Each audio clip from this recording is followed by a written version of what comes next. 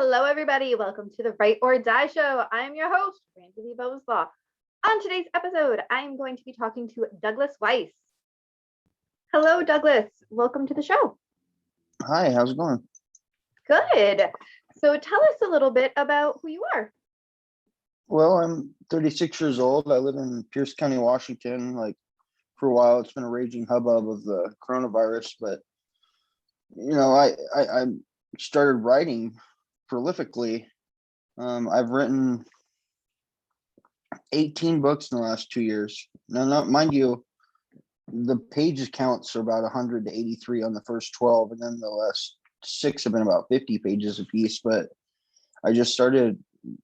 I got an iPad Pro and I have an Apple Pencil, and I just started pen and pages on this app called Procreate, and that's how I did it. And then I took the pages, compile them all into PDFs, and put them on Kindle Procreate, Kindle Direct Publishing. Yeah.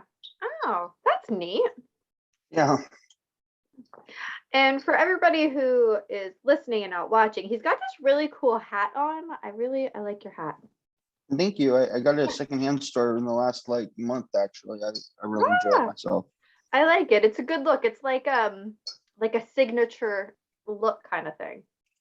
Yeah, I fly drones too, so I usually have my my kind of super glasses on here, so they stay on my hat, and I'm always ready to fly. Matter of fact, my drone's sitting right here. I'm thinking, man, it's getting light out. Perfect. What time is it for you? 8 o'clock in the morning. Oh, okay. I'm 11 o'clock right now, so I'm getting close to lunchtime. Oh, okay. Yeah, I just got out of bed 10 minutes ago. I totally missed the alarm. I was like, oh my God, we're in an interview in 10 minutes. Let's go. Yeah, no, I got out of bed about, now it's 4 hours ago, because my kid decided just to come in my room and then lay on top of me to wake me up. It was so lovely. I'm joking. He's very large.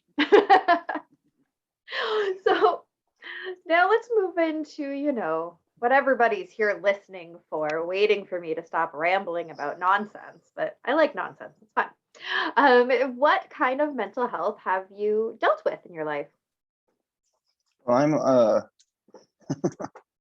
I'm bipolar. And I was diagnosed at the end of my term in the Navy in 2009. Okay. And so I've been battling bipolar disorder for, you can say the last 11 years or 10 years. It's 2021. I get it mixed up since it's a long time since I was in the Navy, but I've always been battling with it. For the first 4 or 5 years, I didn't even get out of bed. I'd just sleep until late in the afternoon, and what are we gonna do today? And it was really a depressing time for me, but I didn't recognize it was depression, because I'd only when they diagnosed me bipolar, I was manic. I was crazy, dude. I was thinking I was Jesus and all kinds of stuff. And they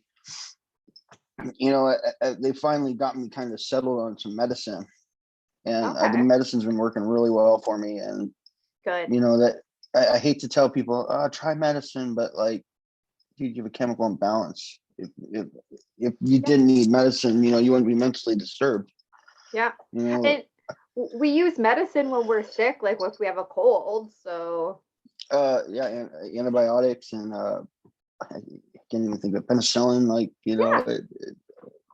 It's just how medication is not a bad thing. I come from I come from the religion world, where I've spent a lot of time in recovery too.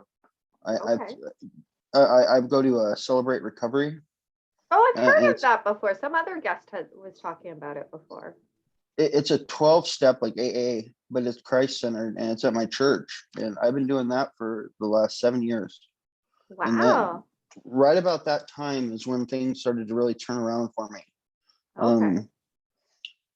About we'll go back in the books in a second, but I wrote a book when I was in the Navy a long time ago, and that's what started me on this feverishness to just put words to paper.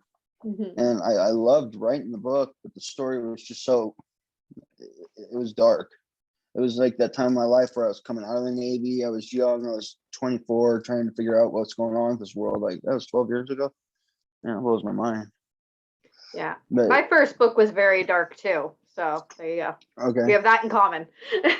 Yeah, I just maybe it's the nature of mental disabilities. Just we start dark and come to the light. I don't know. Well, it's our coping mechanism, right? Is to write it out. Yeah. And so as we cope with it, as we're writing it, we start to feel better. So then we can write things that aren't so dark. Yeah. So what led you, I'm curious, what led you to go to the Celebrate Recovery program? Well, I when I was when I got back from the Navy, I stayed with my parents for a long time. And right down the road, within like a 15-minute walk, was my church. Well, Okay. within time, they moved to a new location to where I live now. They actually moved closer. They're within a 45-minute walk from my house right now. Okay. And they had a Celebrate Recovery program, and the leaders of Celebrate Recovery just encouraged me to come see this program. And I just kind of went in, and I got hooked on Jesus, man. Like, that's all there is to it. If you look at some of my new work, some of the new art that I've drawn for You even draw more. too? Well, that's kind of how the books are. They're Okay. picture written books. Like there's handwritten words, and then there's a lot of random pictures. Because I was in Southern New Hampshire University last year, and I dropped out, and I studied creative writing, and I Okay. took one class in creative writing basically, and I did some research into this stuff called nanotechnology. Okay. And that's what led to me creating Amazing Limits and Even More. Those are the two series of books that I have right now. Even More is still running. Amazing Limits is finished, 12 books. You're like the first person I've got to tell any of this stuff to. Like really. I love being the first to know stuff. Yeah, it is. It's like they're commonplace. Like you can go to amazinglimits.com and see all my list of books. You can go to Kindle and find them by my name.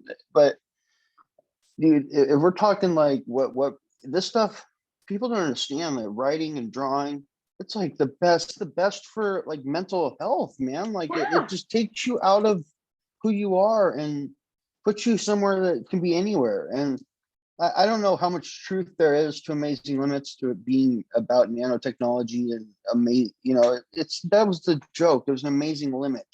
What is a limit? We don't know. Like, we haven't discovered what this dance of limits are. So I just started drawing books, and they coincide with Christianity. There was 12 disciples. From 12 disciples, we made 3,000, which from 3,000, we made as many there are today. Yeah. That's just how it's written in the Bible. And it's like, it kind of goes with medicine. If you don't want to read truth and history, you can make up your own history. I don't care. Like that's, you just made up, I don't know. Okay. That's kind of interesting. Yeah, I definitely find that those creative outlets, the writing and drawing it's exactly what you said. It takes you out of your body, out of your mind, puts you somewhere else. So yeah, I fully agree. That's how I got into it back when I was a teenager. I started writing. I used to get in trouble. Okay, so this is hilarious. Like I said, I was writing when I was 14. Poems was my kind of go-to thing. Deep, dark, very dark ones. But I would be sitting in English class writing poems, but getting in trouble for writing in English class because I wasn't doing the exact assignment that we were supposed to be doing, or I wasn't paying attention the way she wanted me to pay attention or whatever.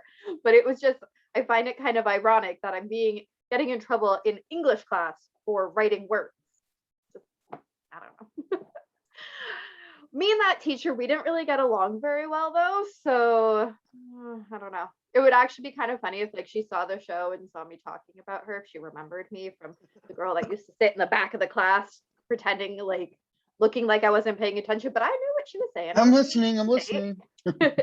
Yeah, exactly. I find it helps me listen more when I would like doodle or do something else with my hands. Just sitting without doing something is not like, that's why I got the little spinny ring now. No. Sitting doing nothing, it just doesn't work for me. I just got these from my rock shop. They're magnetic. Oh, those are cool. I don't know if you heard that noise. You can kind of throw them up in the air, and if they're close enough, they'll Oh, magnetize to that's each what that other. was. That like, I can't make that. Yep. Yeah, it almost sounds like a bug zapper. Yeah. Yeah. No, I almost was going to do this interview on my computer because, like, normally when I'm talking to people, I have my iPad out. I'm actually doing this interview on my iPad, and I'll be Okay. drawing. And like, Ah. I have to be doing something. Like, I don't know if that's part of the bipolar mania, but like, it's Oh. just I have to be occupied, even when I'm occupied, if you will. Like, Yeah. I don't know. Yeah. I need to like. I'm always wiggling my toes or like playing with my rings. Like there's always something going on that I can't just sit still. It's not a thing. Okay, so let's go back to when you got the diagnosis of bipolar. What actually led them to it? So I know you said that you were like in a Oh, this is manic fun. state, but what Yeah. actually led them to it? Well, my mom and the command of my ship they talked to each other. I was stationed in Florida, Mayport, Florida, and I ran up all my credit. I gave away all the money that I could. Like, I don't know if you ever heard of mania before, what it does, but like, it basically spins you up into Superman mode and makes you think that you can give away everything and it won't matter. And I was fully blown in that mode. I was about to get out of the Navy, and I just did everything stupid as I possibly could. And so they had me I was voluntary at that point because I knew something was going on, and I committed. But I was in there for like 2 weeks for him to get me through medicine. And I've tried some stuff, man. Like, people want to talk about medicine. I've been through just about everything you can. And I finally have a working regimen. Okay. And I say I'm a disabled veteran. That I was 100% veteran rating, and they just recently reduced it to 100% or to 70%. Okay. And they say that my condition's improving. And as we're talking on a mental health, you can see how that can be, drawn up, but that's not how the disability compensation is supposed to be. And so they kind of left me in a real volatile situation right now. I make half as much as I made. Like, just in the last couple of months, they did that to me. I haven't been selling a lot of books because a lot of people know that I'm writing books. So It's hard. Writing them is the easy part, I always say. Marketing them, oh yeah. That's why we're doing this, because I have a friend, Exactly. my friend David Welsh told me get on a podcast, and I think he's the one that led me to you. Could be. I am not sure exactly how I found Ride or Die, but Ride or Yeah. Die rocks. Thank you. Hmm. And you've subscribed to the channel, right? And everyone who's listening is subscribing to the channel. We have to do that. Yeah. Yes, always got to do that. It helps all of the us YouTubers and podcasters to when we get those little clicks. But yeah, Hmm. writing I find is the easy part, and then marketing is always the absolute hardest part for authors, which is one of the reasons that I was like, yeah, let's interview authors, especially a lot of us are kind of a little bit crazy. I can see that because We're I'm one of writing, man. them. I Like, feel like it's a prerequisite. yeah, Yeah, we need you to got to be. have a little bit of madness on your side to Yeah. It makes encourage you to continue writing. it makes the writing a little bit more unique and fun, I think. Maybe I'm just saying that to make myself feel better. I don't know. But I think it makes it just flow. it does. It does. So you were in the hospital, you were committed, you said about 2 weeks, was it? Yeah, I think that's about what they got me for. And then like after that, I was discharged. Like, I was honorably discharged. I'd done just about my time and stuff, and I didn't How want to get long in were you trouble in again. there for? 4 years. I did 2 deployments in North Raven Gulf in 2007 to 2009. Okay. Yeah. And the hospital was not fun though. And it was like, I tell that to people, like, if you can figure out a way to get better before you have to be committed, that's the best way to do it, man. Because, like, I bet if I'd seen like 3 psychiatrist trips instead of a 2-week stay in the hospital, I would have gotten a lot of the craziness out of me. Yeah. It didn't go away, like thinking I was Jesus forever. It'll Yeah. never go away. That's my psychosis, man. Like, if people don't know what psychosis is, it's like You're trapped in thoughts in yourself that aren't real. Mhm. And I grew a beard, so that didn't help either, man. Like, so, come on, leave me alone here. Yeah. And so for those who are listening and maybe don't know what bipolar is, because we talked about the manic side of it, and you mentioned a Oh, little bit on the depression side, but can you explain to them what it feels like to kind of swing between the two? well, you have really good days and you have really bad days. And the really good days are, oh, the sun's out, it's not raining, the grass is green, everything's done. Like, and then there's the bad side. Nothing's done, it's raining, and then you're just sad and mopey and you can't figure out why. And there's no reason for it, everything's going great. And that's pretty much bipolar disorder. I think Kanye West said it pretty well. Bipolar is great, I hate it. I think it's Okay. the other way I around. I think he actually said, I hate bipolar disorder, it's awesome. I think that's what the cover of his album said. And oh it's true, dude. Like, that's how bipolar disorder works. Like, you're like, man, with all this energy, I can do anything. I can get all my work done today. And then by the end of the day, you're like, man, I don't even know why I got up today. Like, that's yeah. how it can feel sometimes. And I don't know. The medicine's helped me a lot. And we can talk about medicine if you want, but it's done a number. That's good. I believe if you need it, then take it. Right? Like I take antidepressants every day. I went off them for a bit and that was a bad idea. So if you need it, then take it. For some people, they don't need it. They can manage on their own and that's great for them. But I think part of this big mental health stigma is around medication specifically. People don't, because you can't see what is happening when the medication is working in the brain. People are like, you're fine without it, that's just a band-aid. But like if you see somebody like in a cast, you can like visually see what that is, why that's happening. But with medication, it's a whole other ball game, and you can feel it though. I can feel the difference, and I'm sure you can feel the difference if you take it and Oh, you don't yeah. take it. Is that a puppy? Yeah. I don't know why he's barking either. What kind of puppy is it? Pomeranian Maltese mix. Yeah, I'm trying to grab him. Come here. Come Love here. puppies. Come here. Nope, he ain't coming. He Nope. just wants to bark. He just woke up from a nap. Bark explosion. That's hilarious. Tommy. I love dogs. I have 2 dogs. I love them. Oh yeah, we have one little dog. We have 4 cats, 2 outdoor, and we have a bearded dragon. Wow. We I have guess 4 cats and 2 dogs. Nice. Oh, and a hamster, I guess, now too. I keep forgetting about ice cream. That's the hamster's name. Beautiful. Um, so do you have any words of wisdom that you want to say about medication? Just because I feel like it is such an important piece of the puzzle that doesn't get talked about enough. Yeah, you have to try them to find the one that works for you. Not all of them are going to work at all. I take one medicine I'm taking right now, man. They increase my dose, and it's like it goes up and then levels off, up and then levels off. And so like twice I've had medicines I've just basically like outgrown. Yeah. And like they just don't work anymore. And we all have different chemicals that are loose in our brain that are imbalanced. And so that's why we have to try different medicines. And so, it's imperative.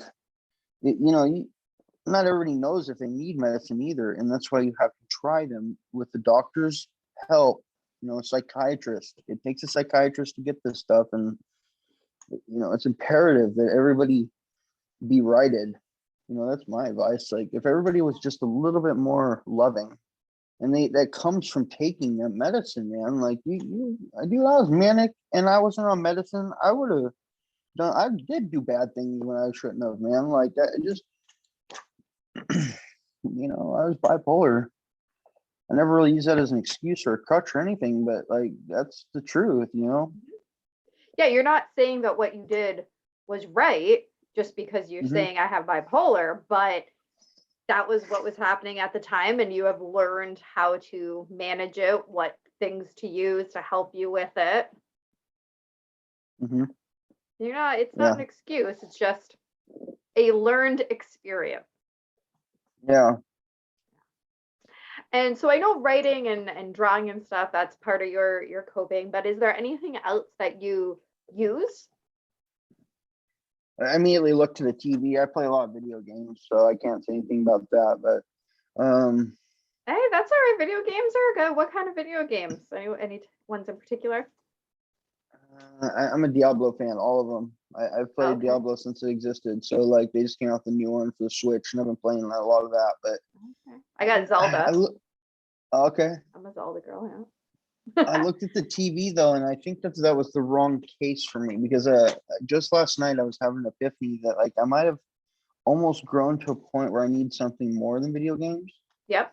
And that's what my drone's for, because you learn all the same skills from playing all those Mario, Zeldas, and all those. Yeah. And so now when you get a controller in your hand, you're flying with a drone. It's like an actual object in time space. Like I Yeah. feel like they created drones just for me. Like, I know that Oh, sounds kind okay. of crazy, And but like you like, have to go outside to do them, right? Like you don't really do drones yeah, inside. So not that's not this another one. thing. Yeah, this is a really cool drone. That's why I like pulling it out. It's marked all over, but But yeah, that's important too, getting outside. yeah, it is getting up, getting moving. Exercise is Yes. crucial to yeah. This is my drone. Oh, Came very from NASA. cool. This is a lie. Oh, neat. I call it my bird. I can put it up in the air for 30 minutes and just let it Okay. sit there and watch it. Like anybody comes up and down my road. Huh. That's pretty cool. We have a pretty big neighborhood, so that's why Yeah. I'm like Big Bird or Big Brother. Ah, that's funny. So Yeah. those are great. And they're different coping skills than a lot of the people on the show say. So I like that. That's why I love talking to different people, because we get a variety of answers, Yeah. which is awesome. That's beneficial to everybody. Exactly. And where can people get a hold of all of your books? www. I'm old school. Yeah. Amazinglimits.com. Perfect. And we'll stick that link in the description below. That And has links. I'm yeah. sorry, but that has links to every one of my books, and every one of my books are on Amazon. Perfect. Okay. Where can people follow you? I'm on Facebook, and all my stuff's public. I'm Douglas Weiss on Facebook, or Douglas Lawrence Weiss, either or. Okay. And I have little pages that I've made on Facebook, and they're kind of a trick. You got to find them. Oh, And geez. I'm the owner of them, so it's not hard to find them. But I honestly couldn't tell you exactly what the name of the two pages are that I create. I know one is Humility Work, at Humility Work, Okay. and that was a whole bunch of like humility quotes that I'd come up with, and I've got like I don't know, like 40 or 50 people follow me on that page. And then I did a satire page, Oh, okay. and that one's at And the Real Winner Is, I think is what it's called. Okay. And So, I don't know why I came up with those names, but like there's a whole bunch of like hand-drawn pictures on And the Real Winner Is. And like okay. I don't know if you can call them compilations or books or whatever, but the way I did it, they're all free. So they're just drawings to people that I drew that people can go look at. Oh, that's cool. So yeah, everybody go over there, check those out. That is awesome. And do you have any words of wisdom for somebody who is struggling? They maybe don't know what's going on, but they're watching the show right now going, I felt way up here and then way down here. And what is your advice to them? You have to find somebody you trust and talk with them first.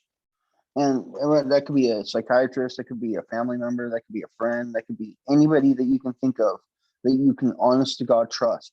Because it took me, I was with a psychiatrist, the same psychiatrist for like 5 years. Okay. And she retired, and now I've got a new one, and I'm learning to adapt basically quickly. But you've got to find somebody that you honest to God trust with your information, because they are the ones who can help filter out what you're telling them into results. Okay. That is great advice. Yeah. Wonderful. Well, thank you so much for being on the show. That was fun. Thank you, Randy. You're welcome. That was a great episode. Make sure you check out Douglas's links down below in the description. Remember, we do have a merch store. 10% of the proceeds go back to the Canadian Mental Health Association, as well as we have a Patreon if you would like to support the show in that way.